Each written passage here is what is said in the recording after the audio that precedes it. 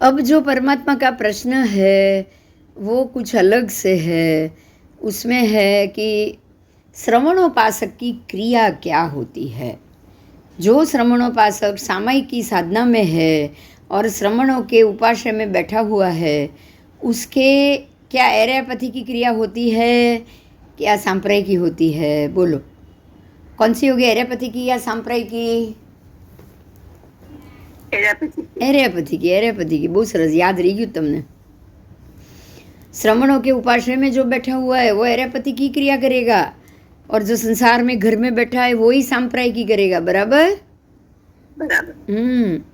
क्योंकि श्रवणोपासक के एरैपथी की क्रिया, श्रवणोपासक सामायिक की साधना में होता है। कहाँ होता है? सामायिक की साधना में होता है। और अगर जो सामायिक की साधना में है वो सावध्य कार्य तो करेगा ही नहीं। उपाश्रय में बैठा होगा या घर में भी सामायिक लेके बैठा होगा, उसकी आत्मा अधिकरणी होती है। ठीक है, आत्मा में अधिकरण है, और इस कारण से वो एरैपथी की क्रिया नहीं कर सकता। जो उपाश्रय और इस सब से बाहर ऐसे जगह बैठा है उसकी बात है। आत्मा क्या है? उसकी आत्मा अधिकरणी होती है। कैसी होती है? जो श्रवणोपासक है उसकी आत्मा अधिकरणी होती है। अधिकरणी मतलब कि खास वो श्रवणोपासक के कार्य करने की इच्छा वाली आत्मा। बराबर बराबर।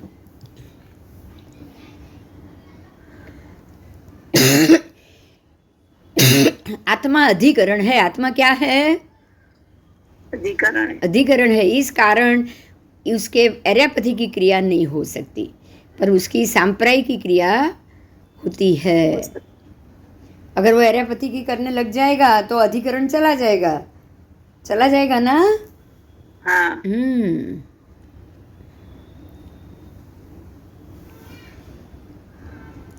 आओ, अब वो कहते हैं कि भगवान श्रवणोपासक ने पहले ही अपने जो त्रस प्राण का समारंभ का प्रत्याख्यान किया हुआ है। बराबर, हिंसा का प्रत्याख्यान किया है ना श्रवणोपासक ने पहले से ही। हाँ, हिंसा का प्रत्याख्यान किया, हिंसा का व्रत लिया हुआ है।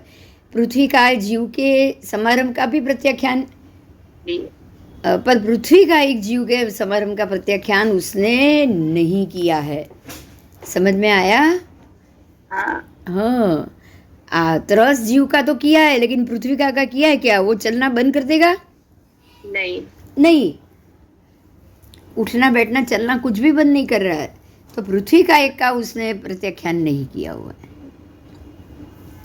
और पृथ्वी का खनन करता हुआ, उसको खोद काम करता हुआ, किसी त्रस प्राणी की हत्या को अगर वो करता है तो हे बनते, ऐसा जीव उस व्रत का आचरण अतिचरण करता है। कौन से व्रत का? सामायिक व्रत का करता है कि नहीं? हाँ, वो उसका अतिचरण करता है।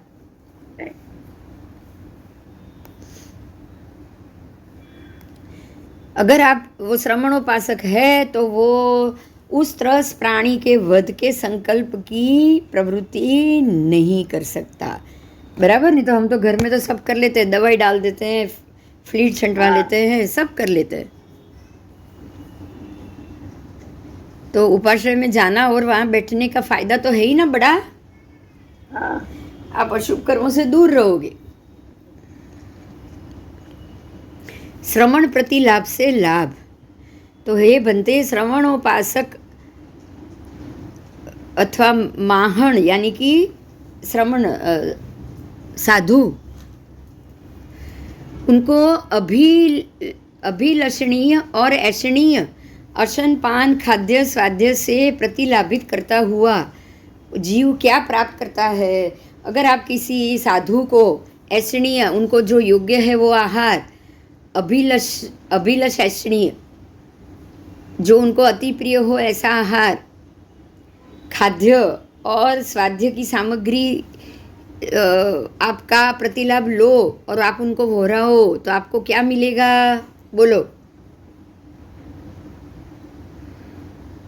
पुण्य हाँ, हम अगर उनके अशन पान खाइमम साइमम सबका प्रतिलाभ करें, उनका ध्यान रखें, उनको भोराए, ठीक है, तो हम उनकी समाधि करे लाएंगे कि नहीं? हाँ, ये करके हम उस श्रवण माहन को समाधि लाने में निमित्त बनते हैं, बराबर? बराबर। हम उनकी समाधि लाते हैं, उनको समाधि उत्पन्न कराते हैं, तो समाधि देने वाला व्यक्ति भी तो वो समाधि को प्राप्त करेगा कि नहीं? करेगा। हाँ, तो करण करावण अनुमोदन से हमको वही फल मिलेगा जो वो साधु भगवान हाँ, ले रहे हैं। हाँ, हाँ,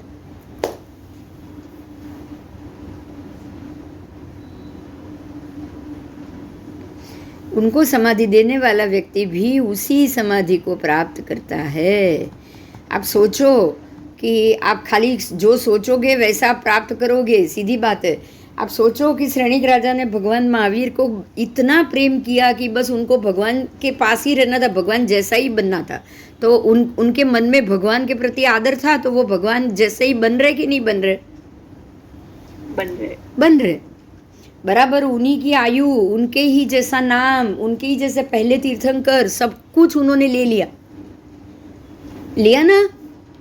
हाँ, तो आप भी जैसे ही ऐसे महात्मा या परमात्मा या केवली भगवंत को जो जो अभिलेषणीय और ऐषणीय असन पान खान और स्वाद से प्रतिलाभित करोगे ना, तो आप भी उसी अवस्था को प्राप्त करोगे, ठीक है?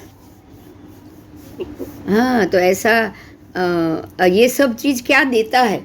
ऐसे महात्मा को योग्य ऐषणीय आहार खान पान खाइमम साइमम देने से क्या होता है? तो वो ये दिया हुआ पुण्य कर्म आपको जीवन देता है, दुत्सज्य को त्याग देता है, वो दुर्लभ को प्राप्त करता है, वो दुष्कर को प्राप्त करता है, बराबर? बोधि का अनुभव कराता है, ठीक है? और उसके पश्चात आप सिद्ध भी होगे, आप सर्व दुखों का उनकी तरह ही अंत भी करोगे। आओ, उसके बाद है अकर्म की गति।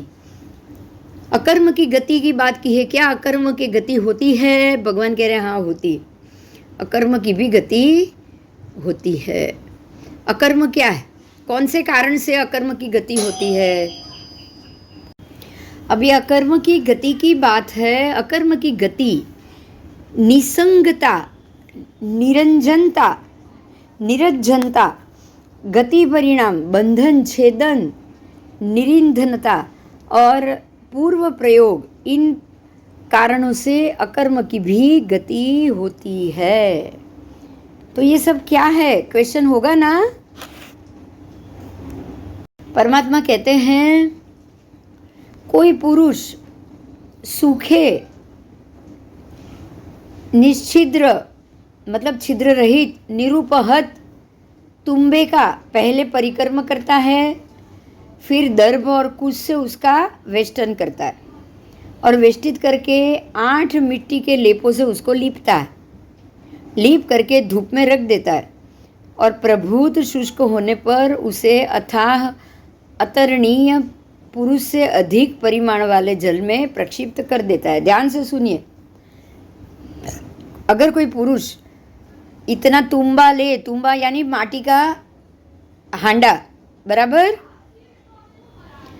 घड़ा, और उसके ऊपर वो परिक्रम करे। परिक्रम कैसा करे? वो दर्भ और घास कूस और मिट्टी से लेकर उसके ऊपर मिट्टी लगाता जाए, सोखता जाए, ऐसे 8 मिट्टी के लेप करे। कितना? 8 मिट्टी के लेप। 8 लेप करे। एक लेप किया सूख गया, दूसरा किया सूखा दिया, तीसरा किया सूखा दिया। वजन कैसा हो जाएगा बोलो? भारी हो जाएगा। अब ये 8 बार उसको लेपने के बाद वो धूप में सुखाएगा तो वो बिल्कुल सख्त हो गया। हाँ, अब ये बिल्कुल शुष्क हो गया, सख्त हो गया है। अब उसको वो अथाह जल में उतार दे, खुद भी पानी में जाए और वो तुम्बे को पानी में डाल दे, प्रक्षिप्त कर दे, तो क्या होगा? मिट्टी सब निकल जाएगी। हाँ, भगवान पूछ रहे हैं क्या वो तुम्बा, पहले मिट्टी तो बाद में निकलेगी, पहले वो तुम्बा 8 मिट्टी के लेपों की कारण उसके वजन से, अत्यंत वजन भारी हो जाने के कारण वो जल के नीचे तल तक पहुंचेगा कि नहीं? हाँ, नहीं पहुंचेगा ना। पहुंचेगा ना। पहुंचेगा, हाँ, वजन चाहिए से हुई है। वजन हो गया, ऐसे ऐसे खाली मिट्टी का हांडा होता तो वो पानी में तैरता, अच्छा, पर अब तो ये 8 लेप वाला वजनदार हो चुका है, तो वो पहले क्या होगा, सीधा नीचे जाएगा। नीचे चला जाएगा, बराबर। तो वो पहले वो बराबर। सीधा नीचे उतर जाएगा। हाँ, उसके बाद वो तुम्बा की जो मिट्टी के 8 लेप है वो धीरे धीरे पानी से पिघलेंगे, पिघलेंगे तो एक एक एक से एक, एक से एक के बाद एक उसके ऊपर के लेप उतर जाए तो क्या होगा, वो तुम्बा हल्का हो जाएगा। तुम्बा हल्का होते ही ऊपर आ जाएगा ना, हाँ, ऊपर आ जाएगा। तो जो ऊपर आया वो अकर्म की गति हुई, किसकी हुई?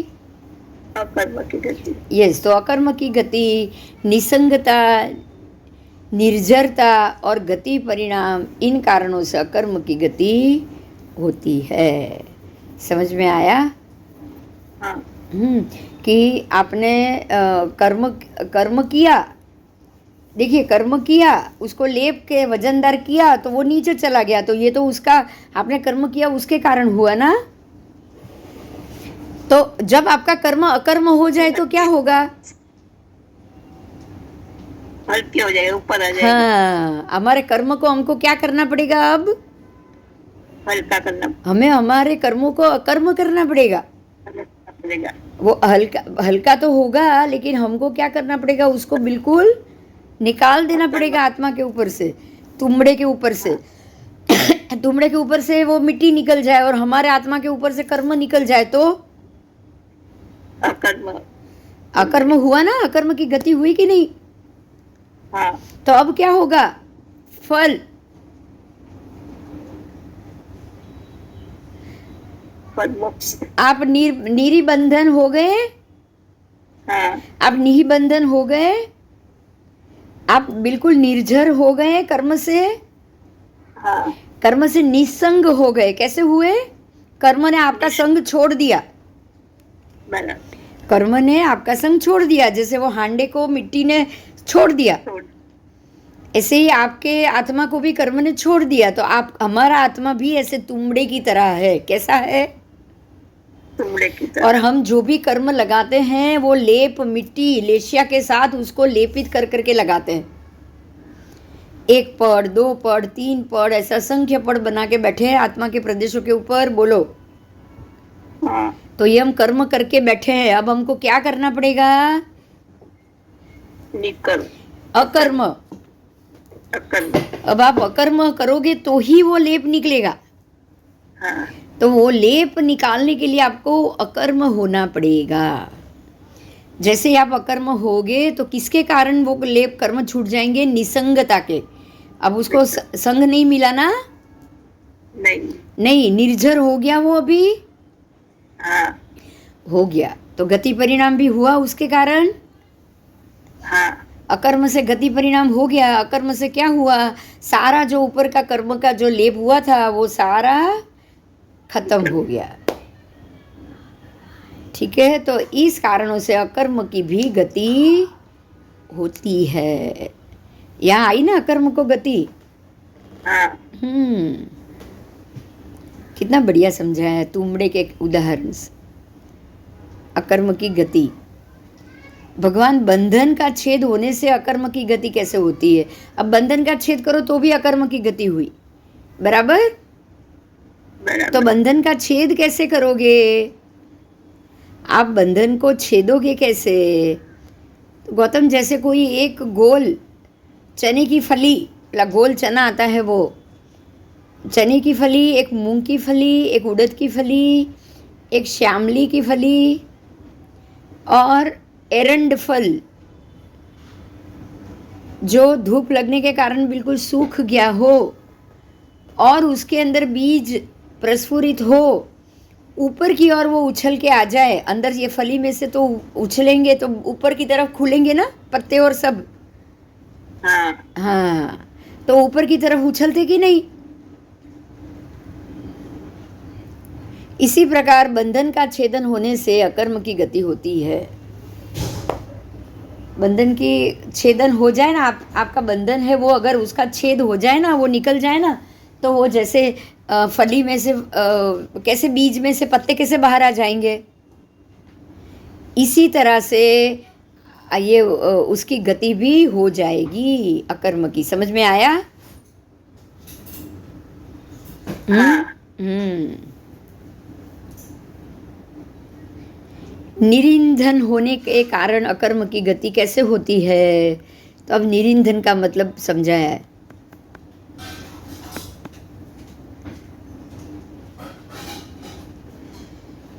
आओ,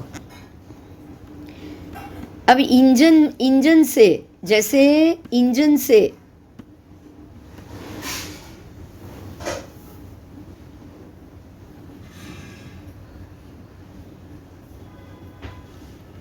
मुक्त धुएं की गति स्वभाव से ही किसी भी अटकाव के बिना ऊपर की ओर ही जाएगी कि नहीं? मिल से या इंजन से धुआं निकलेगा, कहाँ जाएगा बताओ? ऊपर। स्वभाव से ही जा रहा है ना ऊपर। हाँ आप भेज नहीं रहे हो, वो खुद ही ऊपर जा रहा है।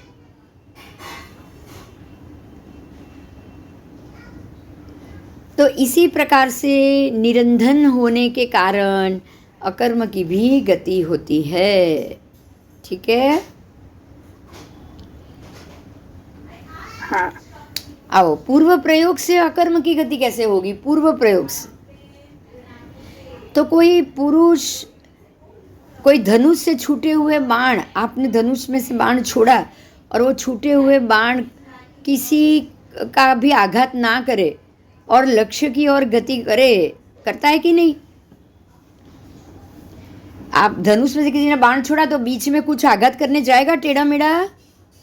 नहीं। सीधा ही जाएगा ना, अपने लक्ष्य की ओर ही जाएगा। हाँ तो इसी तरह से व्याघात के बिना लक्ष्य की ओर गति करने वाले को पूर्व प्रयोग से अकर्म की गति कही जाती है। उसने पहले से प्लान करके ही किया ना गति।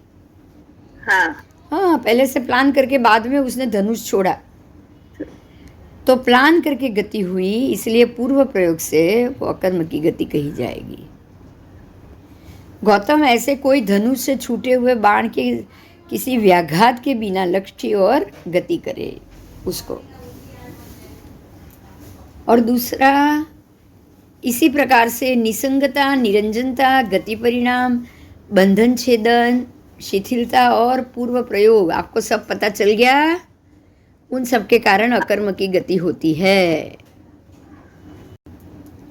आओ, दुखी के दुख स्पर्श, उसकी बात की है। दुखी व्यक्ति दुख से स्पर्शित होता है अथवा अदुखी दुख से स्पर्शित होता है।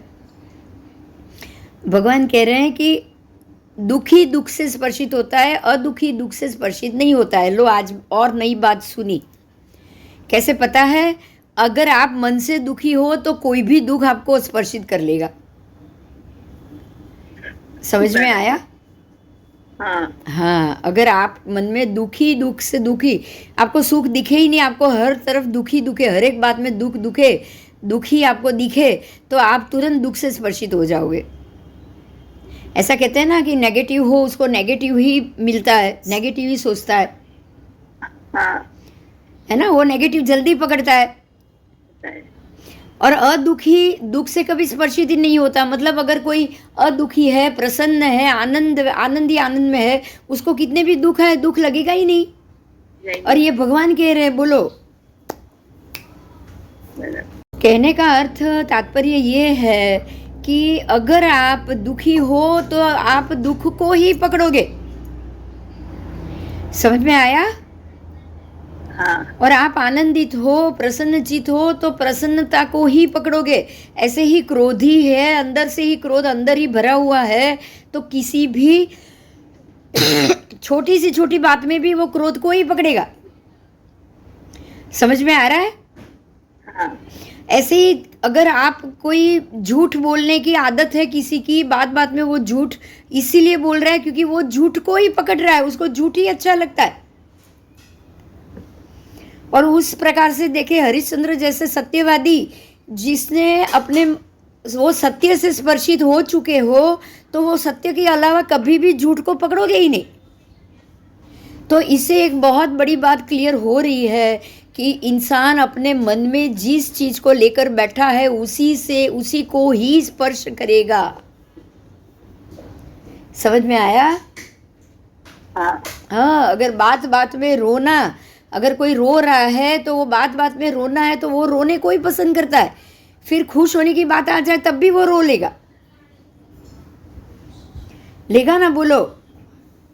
हाँ, हाँ, ऐसे नेगेटिव सोचता है वो हमेशा नेगेटिव को ही पकड़ता है कि नहीं? पकड़ता है। तो ये आप आज आपको बहुत बड़ी बात पता चल गई कि जैसी मन की अवस्था आप रखोगे ना, आप उसी को पकड़ोगे। अगर मन में सुख रखोगे, आप खुद सुख को ही स्थान दोगे, दुख को स्थान ही नहीं दोगे, तो आप सुख को ही पकड़ोगे। बराबर? बराबर। तो गौतम स्वामी कह रहे दुखी नारकी का जीव दुख से स्पर्शित होता है, अदुखी नारकी का जीव दुख से कभी भी स्पर्शित नहीं होगा, वो अदुख से ही स्पर्शित होगा। बराबर? बराबर। बराबर। तो सब वैमानिक तक सभी जीवों में यही आपको जानना है। तो इस प्रकार के 5 दंडक बताएं, सुनिएगा ध्यान से। 5 को नियम बना लेना। दुखी दुख से ही स्पर्शित होता है, ठीक है? ठीक है। दुखी दुख को ही पकड़ेगा, दुखी दुख को ही ग्रहण करता है। दूसरा, जो पड़ी होगी 10 चीज उसमें से दुखी दुख को ही पकड़ेगा, दुख को ही ग्रहण करेगा। दुखी दुख की उदीर्णा करता है। अब उसने दुख को पकड़ा हुआ है तो राह देखता है ना कब मौका आए और मैं और दुखी हूं ऐसी बात करूं। बोलो? एक भिखारी होगा, वो राह देखेगा ना कब कोई व्यक्ति गुजरे और मैं भीख मांगू। बराबर। हाँ, ऐसे ही कोई दुखी होगा ना, वो सोचेगा एक व्यक्ति मेरे सामने आ जाए और मैं अपना दुख उसको बताऊं। तो दुखी दुख को ही ग्रहण करता है, दुख दुख की ही उदीर्णा करता है। ये उदीर्णा हुई ना? हाँ, उस किसी को अपने दुख बताना या बात करना, तो जो पहले हुआ था वो आप उसको वापस ला रहे हो वर्तमान में, तो उदीर्णा की। हाँ, हाँ, और दुखी दुख का ही वेदन करता है। वेदन भी ऐसे ही करेगा कि वो दुख को ही याद करेगा, दुख को ही याद करके रोएगा। तो अभी सुख का समय चल रहा है तब भी आप दुख को ही याद करके रो रहे हो, तो किसका वेदन कर रहे हो? बोलो? दुख का। और वो कर्म की उदीर्णा करके आप लाए, उसका वेदन कर रहे हो, दुखी हो रहे हो। और दुखी होते ही आप उसकी निर्जरा भी दुखी होके ही कर रहे हो। समझ में आ गया? हाँ। अगर दुखी हो तो दुखी को स्पर्श करोगे, सुखी होंगे तो सुखी को स्पर्श करोगे। अगर ज्ञानी होंगे तो वो ज्ञानी को स्पर्श करेंगे कि नहीं? करेंगे। और जो दर्शनी होंगे, केवल दर्शनी, जैसे दर्शन शुद्ध होंगे, सम्यक दर्शनी होंगे, वो किसको पकड़ेंगे? सम्यक दर्शन को पकड़े। ठीक है? तो हमारा मन वही पकड़ता है जो हम उसको देते हैं। ठीक है? हाँ, आप उसको दुख देंगे तो वो दुख में ही डूबा रहेगा। उसको दुख की वेदना करनी, दुख की उदीर्णा करनी है, दुख में ही रोता रहेगा कि नहीं? दुख का ही बंद करेगा नया।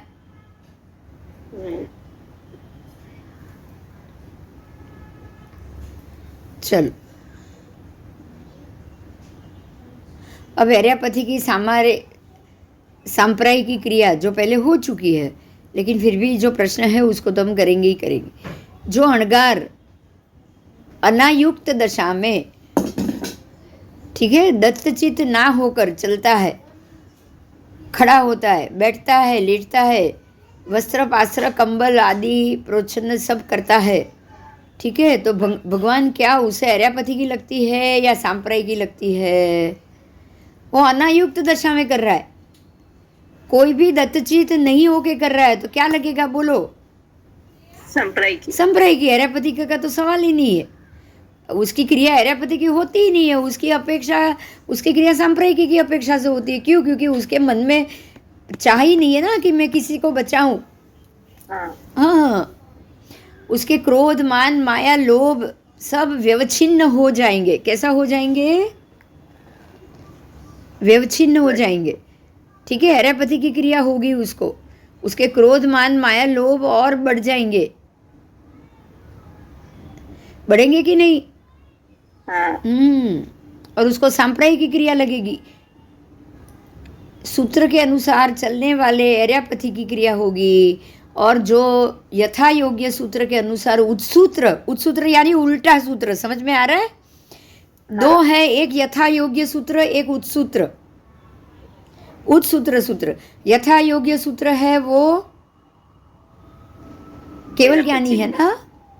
हाँ हाँ, और उत्सूत्र है तो केवल ज्ञानी की बात से विपरीत है ना? उत्सूत्र यानी कि मिथ्यात्व। बहुत क्लियर है दोनों। अगर उत्सूत्र यथा सूत्र चलोगे तो एरियापैथी की क्रिया करोगे, और उत्सूत्र चलोगे तो सांप्रायिक की क्रिया। ठीक है, हाँ आओ।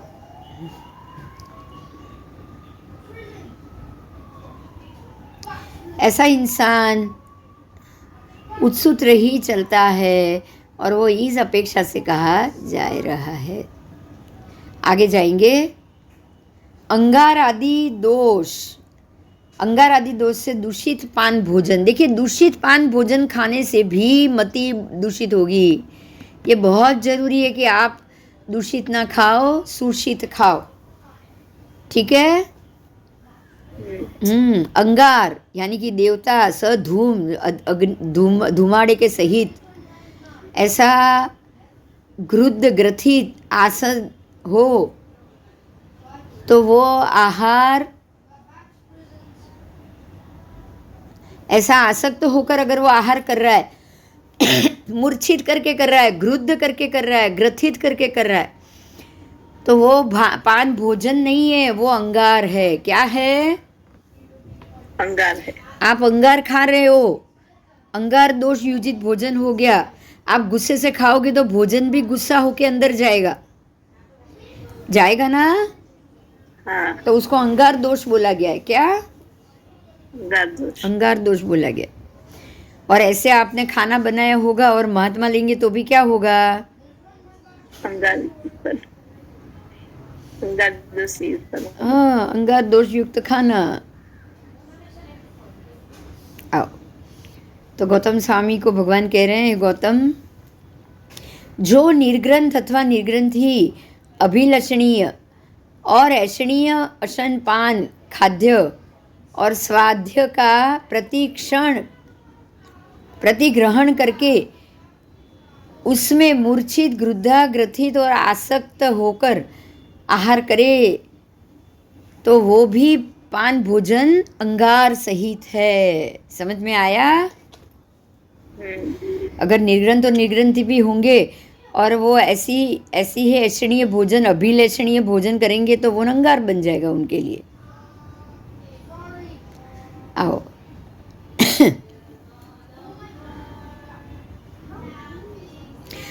तो ऐसे वापस वही आया, अप्रीति और क्रोध जनित क्लेश करते हुए उसका ग्रहण करे। अप्रीति से करे, क्रोध से करे तो भी वो असंगार हो जाता है, सधूम हो जाता है, धूम्र जैसा।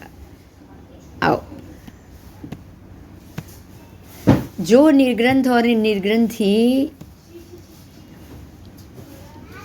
अभिलेषणीय और ऐषणीय अशन पान खाद्य और स्वाद्य का प्रतिग्रहण करे और उसे अधिक स्वादिष्ट बनाने के लिए दूसरे पदार्थ के साथ मिलाकर आहार करे तो वो भोजन पान संयोजना दुष्ट लगता है। कैसा लगता है?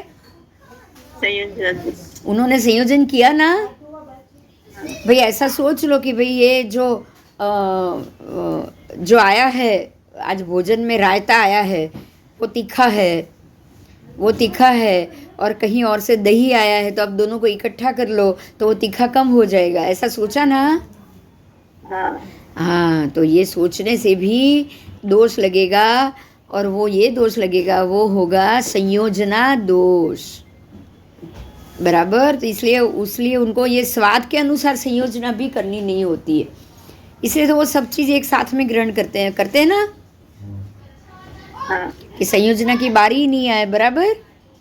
पता चले कि ये अच्छा है, कब पता चले? आप अकेला खाओ तो ही।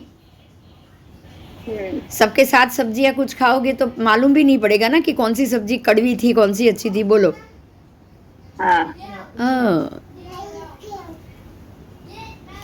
ठीक है। तो स अंगार, स भ्रूम ध्रूम और संयोजन दोष से दूषित आहार भोजन यहाँ बताया गया है। तो बनते अंगार मुक्त, धूम मुक्त और संयोजना दोष विमुक्त ऐसे पान भोजन का क्या अर्थ है? मतलब ऐसे पान भोजन करने से क्या फ़ायदा है?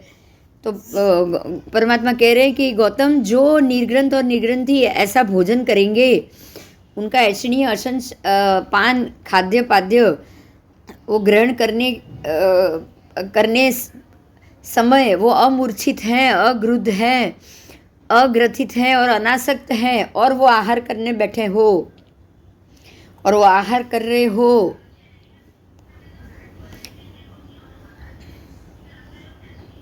ठीक है, तो वो अप्रीति और क्रोध जनित क्लेश नहीं करते हैं। समझ में आया? उनको अप्रीति भी नहीं होगी और क्रोध आदि क्लेश भी नहीं होगा, और ना होते होते ही वो आहार करते हैं। तो ये सारा धूम्र मुक्त पान भोजन हो गया। हाँ हो गया। अब अंगार मुक्त, धूम्र मुक्त, संयोजना दोष मुक्त पान भोजन खाएंगे तो क्या फल होगा? ऐसा प्रश्न पूछ लिया गौतम स्वामी ने। तो परमात्मा कह रहे हैं,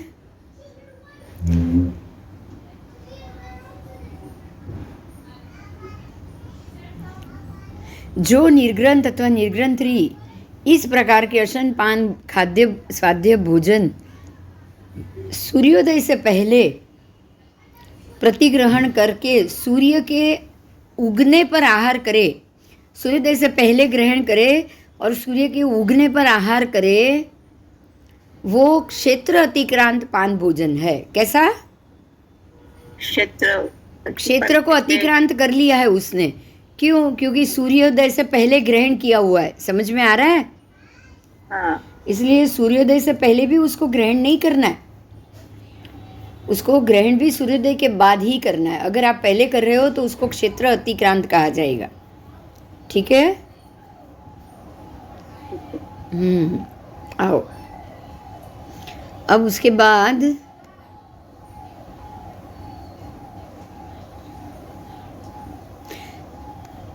जो निर्ग्रंथ अथवा निर्ग्रंथी ऐसे अभिलषणीय और ऐषणीय अशन पान खाद्य स्वाद्य का प्रथम प्रहर में प्रतिग्रहण करके अंतिम प्रहर आने पर आहार करे, तो ये कालातिक्रांत पान भोजन है। काल को अतिक्रांत कर लिया। हाँ, वो कभी भी दिन के पहले प्रहर में ग्रहण कर रहे हैं और चौथे प्रहर में खा रहे हैं, तो 3-3 4-4 प्रहर तक वो भोजन पड़ा रहा। तो कितने घंटे पड़ा रहा? 10-12 घंटे पड़ा रहा। तो उसने काल को अतिक्रांत कर लिया है। ठीक है? ऐसे जो निर्ग्रंथ अथवा निर्ग्रंथी अभिलेषणीय ऐषणीय अशन पान खाद्य और स्वाद्य को प्रतिग्रहण करके आधे योजन की मर्यादा का अतिक्रमण करके आहार करे, मतलब उन्होंने ये ग्रहण तो कर लिया, अब 2 कोश जितना वो चल रहे अतिक्रमण करके वो आहार करे, तो वो मार्गांतिक्रांत पान भोजन हुआ। मार्ग का अतिक्रमण किया उन्होंने। हाँ, तो वो मार्ग छोड़ के दूसरी जगह नहीं जाना है। और चौथा, जो निर्ग्रंथ और निर्ग्रंथी अभिलेषणीय ऐषणीय अशन पान खाद्य और स्वाद्य उसका प्रतिग्रहण करके मुर्गी के अंडे के प्रमाण जितने 32 कवल, मुर्गी का अंडा जितना होता है ना, इतने कवल इतने कितने 32 कवल, उससे अधिक आहार अगर वो कर रहा है तो वो प्रमाणांतिक्रांत पान भोजन। समझ में आया? हाँ हाँ, तो अब हम आपको यहाँ क्या क्या बताया कि कौन सा कैसा भोजन नहीं करना है। एक तो सूर्योदय से पहले लेना नहीं है, या बनाना भी नहीं हुआ ना, हाँ बनाना भी नहीं है। अब खाना ही नहीं है तो बनाना भी नहीं हुआ ना।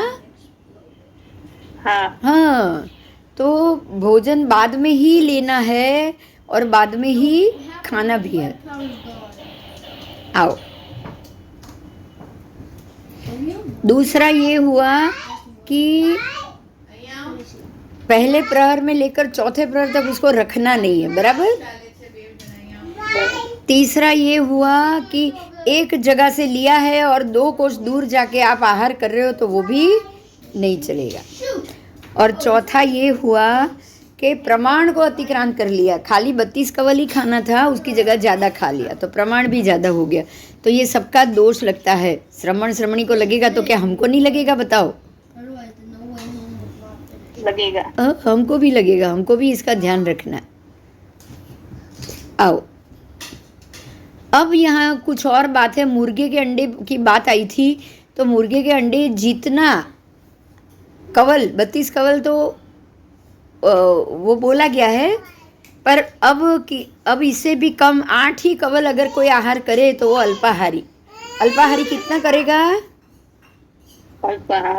अल्पाहारी आप किसको कहेंगे? खाली 8 कवल आहार। कितना? 8 ही कोड़िया। और अगर 12 कोड़िया खा रहे हैं वो अपार्ध अवमोदरिक कहलाता है। अपार्ध अवमोदरिक। मुर्गी के अंडे के जितने 16 कवल अगर कोई करेगा तो जो 16 कवल आहार है वो द्विभाग प्राप्त कहा जाता है। और मुर्गी के अंडे जितने 24 कवल आहार करने वाला 24, वो अवमोदरिक कहा जाता है। अवमोदरिक मतलब ये भी आहारी हो गया, अति आहारी के नज़दीक है ये। और मुर्गी के अंडे जितने 32 कवल आहार करने वाले को प्रमाण प्राप्त आहार कहलाता है, बराबर। इससे 1 ग्रास भी कम आहार करने वाले को श्रमण निर्ग्रंथ, ये कायदा जो भी प्रमाण प्रकाम रस भोजी नहीं कहा जाता। प्रकाम रस भोजी, ठीक है, वो प्रकाम रस भोजी नहीं है जो ये खा रहा है, ज़्यादा खा रहा है, सब खा रहा है। बोलो है, बोलो नहीं, वो नहीं है, ठीक है। तो क्षेत्र अतिक्रांत, काल अतिक्रांत, मार्ग अतिक्रांत और प्रमाण अंतर अतिक्रांत, ऐसे 5 भोजन का ये फल है। आओ, शस्त्रातीत शस्त्र परिणत ऐषणा से प्राप्त, साधु वेश से लब्ध और सामुदानिक 5 भोजन का क्या फल है, क्या अर्थ है? तो परमात्मा कह रहे, गौतम, शस्त्र और मुशल का प्रयोग ना करने वाला, पुष्पमाला और चंदन के विलेपन से रहित निर्ग्रंथ अथवा निर्ग्रंथी को आहार व्यपगत, च्युत, चावित और त्यक्त किया गया है आहार के मामले में, ठीक है। हाँ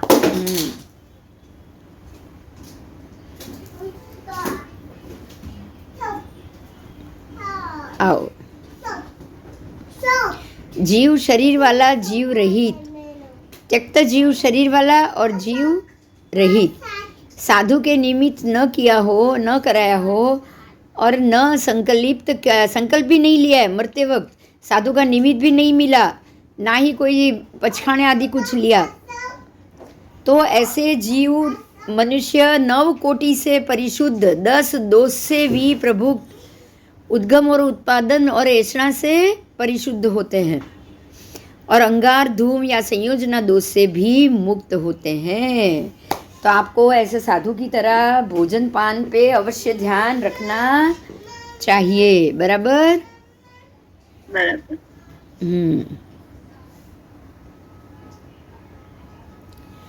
आओ।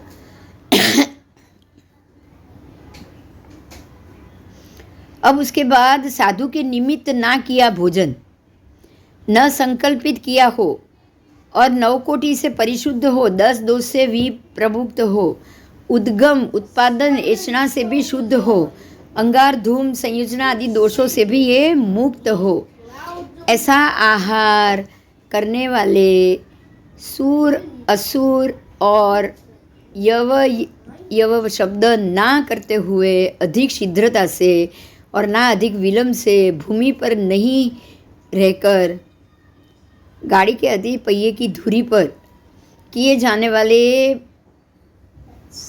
मृक्षण और व्रण पर किए जाने वाले अनुलेप की तरह संयम यात्रा के लिए अपेक्षित मात्रा वाला संयम का भार वहन करने के लिए जैसे सर्प बिल में प्रवेश करता हो। सुनिएगा, सर्प जैसे बिल में प्रवेश, सर्प है ना, बिल में कैसे प्रवेश करता है पता है? उसके आसपास की जगह को छोड़ के, ताकि वो आसपास की जगह से उसका शरीर स्पर्श ना करे, नहीं तो उसकी चमड़ी छिल जाएगी। समझ में आया? इस प्रकार से वो सीधा स्वाद लिए बिना सीधा खाने का मुंह के अंदर पेट में जाना चाहिए। और जो इस विधि से आहार करता है, हे गौतम, वो शस्त्रातीत, शस्त्र परिणत, ऐशित, वैश्विक और सामुदायिक पान भोजन से प्रज्ञप्त होता है। ठीक है, अब तीसरा उद्देश्यक है, वो हम कल करें। हाँ। चलो अब कल करेंगे तीसरा उद्देश्यक। आओ, जय जिनेंद्र। जय जिनेंद्र।